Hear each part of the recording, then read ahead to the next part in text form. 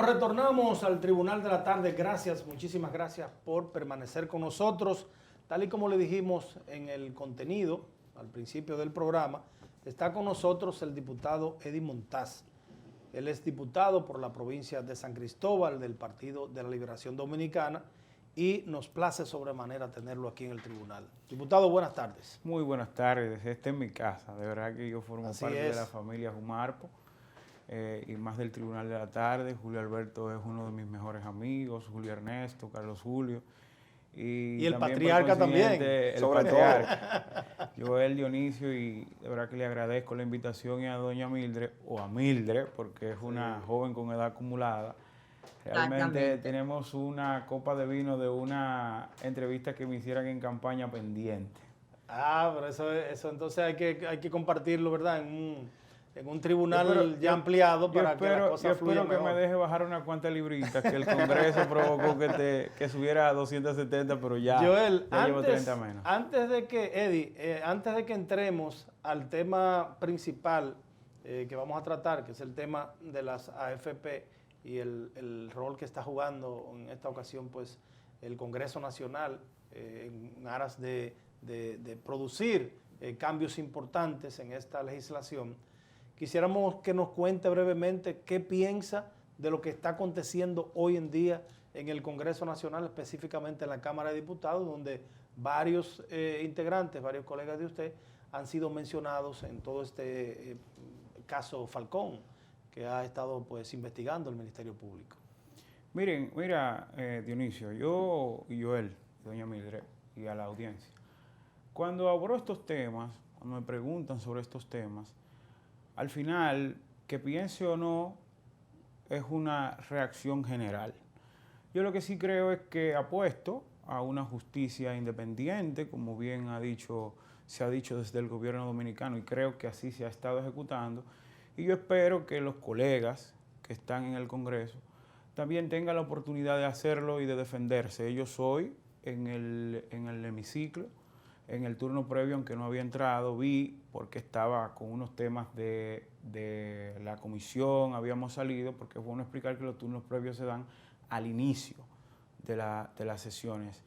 Hoy fue una sesión muy larga, salimos casi hace un ratico de la sección, pero también me gusta, cuando me tratan esos temas, decir la realidad del Congreso, porque personalmente, antes de llegar, yo era de lo que decía que en el Congreso se trabajaba poco, que los diputados trabajaban poco.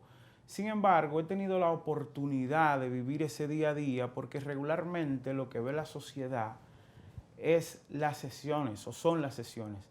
Pero la Cámara de Diputados está llena de hombres y mujeres, sin importar los partidos políticos, comprometidos con el desarrollo de la República Dominicana, pero además que cumplen el rol de representatividad de cada una de sus demarcaciones territoriales que fueron electos el año pasado. Entonces, este tema a mí me gusta siempre abordarlo, siempre, no solamente ahí, en cualquier situación de la sociedad. La Cámara de Diputados es un reflejo de la sociedad. Pero ¿hay diputados involucrados en el narcotráfico? Es que yo no le podría decir de manera personal.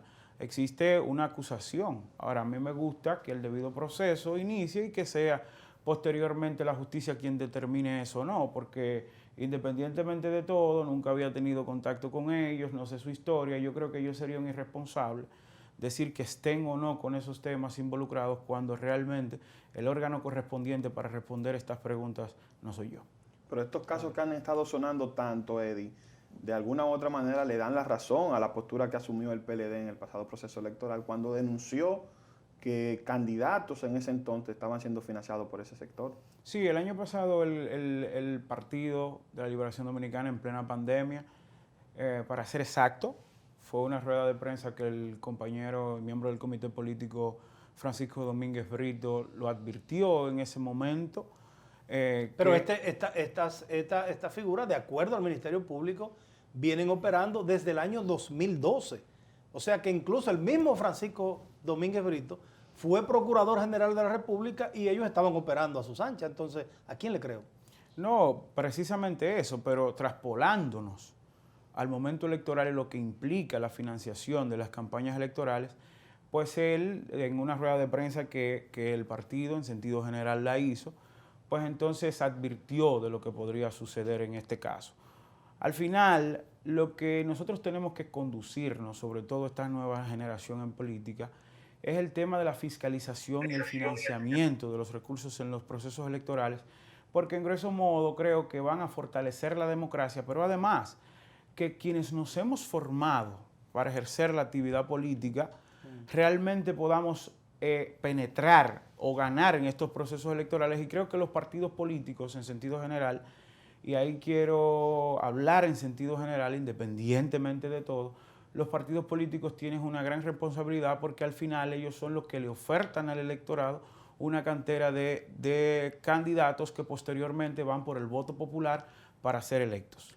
Diputado. Hay un aspecto, Eddie, Sí, perdóname, doctora, perdón, en este sentido, hablaba, siempre tomo la palabra, resonó bastante bien, el tema de políticos formados, pero vemos que justamente muchos de estos políticos en el tema de, lo uno con el tema de los costos de la campaña y la responsabilidad que tienen las organizaciones políticas en el aspecto de que les gusten los candidatos que puedan hacer ellos mismos sus cumpleaños, o sea, de pagarse su campaña y también aportar a las demás campañas de los diferentes niveles que tenemos en República Dominicana.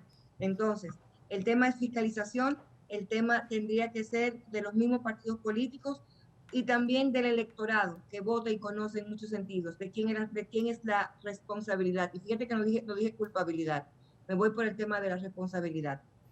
Precisamente la responsabilidad en sentido general, decirlo que es de A o de B en términos particulares, porque engloba a todo, yo no podría decirte que es de uno de manera particular.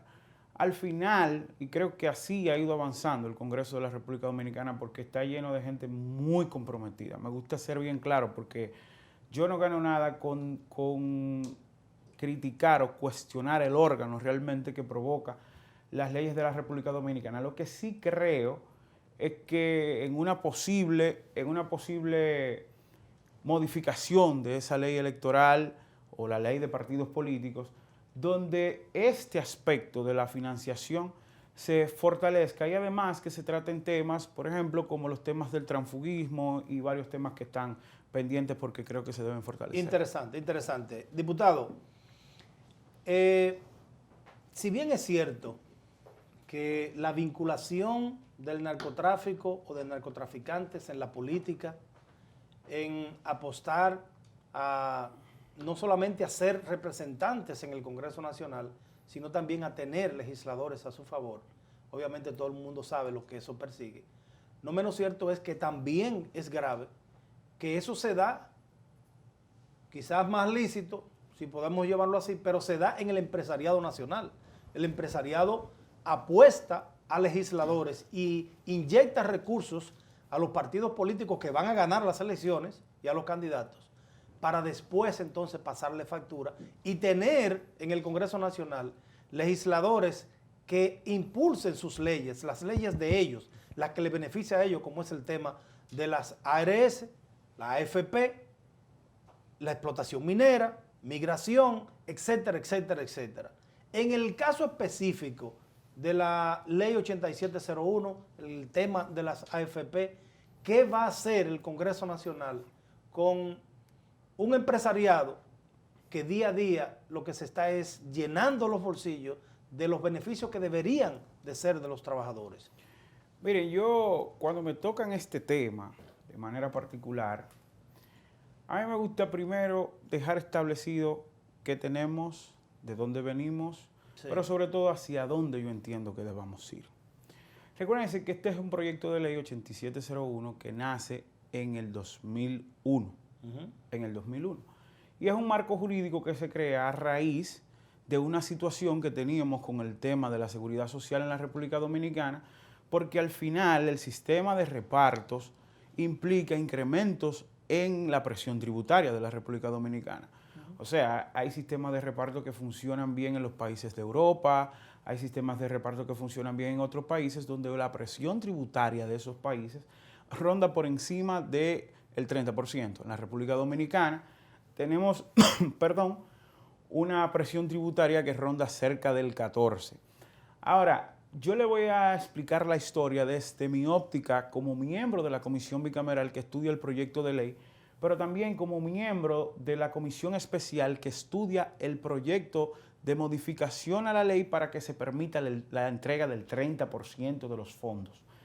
Y en el proyecto de ley de la modificación de la seguridad social, nosotros hemos recorrido cerca del 75% del espectro nacional en las vistas públicas. Son los procesos normales que se dan para la modificación o una elaboración de una ley, que para mí es una de las leyes más importantes que nosotros estamos discutiendo ahora, porque la otra cara de la libertad no simplemente es la educación, la cara de la libertad es la salud. Sin la salud yo no puedo estudiar, sin la salud yo no puedo comer, no puedo beberme mi cervecita, como probablemente a usted le guste los fines de semana. Claro que sí.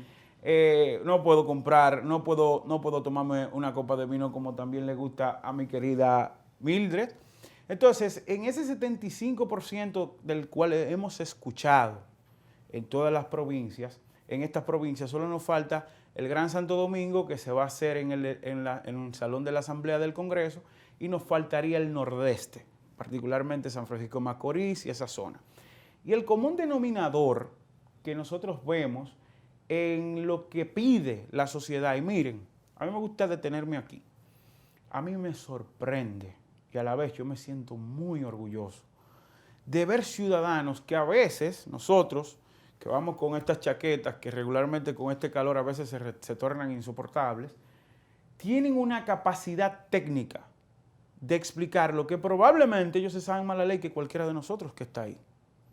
Entonces, el común denominador de lo que solicita la gente en esas vistas públicas, me quiero poner del lado del ciudadano como representante, no del lado de un economista o del lado quizás de un jurista. Y el común denominador de lo que nos solicitan es cobertura, que es un tema que no se resuelve con la modificación de la ley, porque al final el Consejo Nacional de la Seguridad Social es que determina hasta dónde es el alcance de los servicios de salud. Y el otro aspecto que tocan los ciudadanos es el 30% de la AFP. Hay un caso particular que a mí me llama poderosamente la atención. Son tres de manera específica. Pero hay un señor de 52 años en Asua, eso no se me olvida nunca, que ese señor dijo, yo tengo 52 años, el sector privado ya a mí no me va a dar empleo. Así es. Pero yo estoy lleno de vida y lleno de fuerzas para poder emprender en lo que yo aprendí a hacer. ¿Por qué el marco jurídico actual no me permite yo recibir ese dinero? ¿O por qué me impiden mi legítimo derecho, porque es una propiedad privada, claro, así según lo dice el artículo 51 de la Constitución, sí, de yo exigir hasta el 30% de esos fondos para yo poder vivir? ¿Por qué? Porque la ley dice que a partir de los 60 años es que esa persona va a empezar a retirar ese dinero, y él dijo, a los 60 años ya yo no estoy ni vivo. Claro. Entonces tenemos un contexto donde a partir de abril, yo no sé si ustedes analizan detenidamente, la presión para el retiro de los 30%, del 30% inicia a partir de abril, que es cuando empieza el proceso de desescalada o desactivación de los programas sociales que se activaron en pandemia. Fase 1, fase 2, quédate en casa y para ti. A raíz de ese momento es que yo he visto, probablemente yo esté equivocado y ustedes quizás no tengan una perspectiva distinta, porque anteriormente también se había sometido el proyecto de ley. Pero ese revuelo inicia sobre eso. Ojo, yo soy de los que entiende que la crisis no debe ser financiada con los ahorros de los trabajadores. Pero ¿qué hacer? Como el caso de Magalis en San Cristóbal, que Magalis era una empleada de un salón de belleza que estaba formalizado aquí. El salón tiene que despedirla por la propia desactivación de eso, porque era un paliativo para poder esas pymes, poder mantener a esa gente. Y Magali me dice, yo tengo 44 años y yo tengo unos chelitos ahí. Yo puedo poner un salón en San Cristóbal porque a mí nadie me va a dar empleo. Pero hay otro caso que a mí me gusta, permítanme que se lo exprese, sí, breve, que es de una persona, Diloné en Santiago. Que Diloné en Santiago es un defensor del 30%. Y Diloné se paró con autoridad, aunque tenía un t-shirt que, como a mí me gusta andar, porque el calor, ustedes saben que lo que pasa con nosotros es malo gordito. Y Diloné dice, ¿por qué mi dinero tiene que ser invertido donde el retorno sea mis propios impuestos. Yo me quedo mirando y le digo, caramba. Y cuando reviso el tema, veo que el 80% de los fondos de las pensiones están entre el Banco Central en calidad de certificados y bonos de Hacienda en calidad de préstamos. Al final, con el trabajo de ustedes, o ustedes están pagando doble su propio dinero ahorrado. Claro. Entonces yo creo, cuando analizo el contexto del todo, porque al final, más como enemigos, la gente lo que ve el 30% como una esperanza para salir de la crisis, partiendo de que el gobierno se ha olvidado en este contexto de pandemia de los más necesitados, es que las AFP han tenido una situación o una deuda con la sociedad que no han venido durante el tiempo, desde el 2001, explicándome a mí, explicándote a ti, dónde invierten nuestro dinero, porque al final nosotros somos propietarios de eso y socios de ellos. ¿Qué hacen con nuestro dinero? ¿Por qué el dinero en el mundo de hoy, que la gente está más informada, no se invierte en esos lugares, como dijo Diloné, sino en proyectos de desarrollo que generen un valor agregado y que además el retorno no sea mis impuestos? Y creo que ellos han tenido la deuda de no explicarnos a nosotros, y por eso es que básicamente se ha producido la ilegitimidad social que provoca que la gente ahora no quiera que las AFP de manera privada existan. Vamos a tener que dejar ese tema ahí para invitarlo nuevamente y que podamos entonces... Un programa completo. Sí, un programa completo de ese tema, porque la verdad es que es un tema interesante y que muchos dominicanos tienen preocupación sobre el mismo. Ustedes, agradecerle la amabilidad que ha tenido de venir a compartir con nosotros aquí al Tribunal de la Tarde, y nos vamos a una pausa, retornamos de inmediato con más contenido del Tribunal de la Tarde.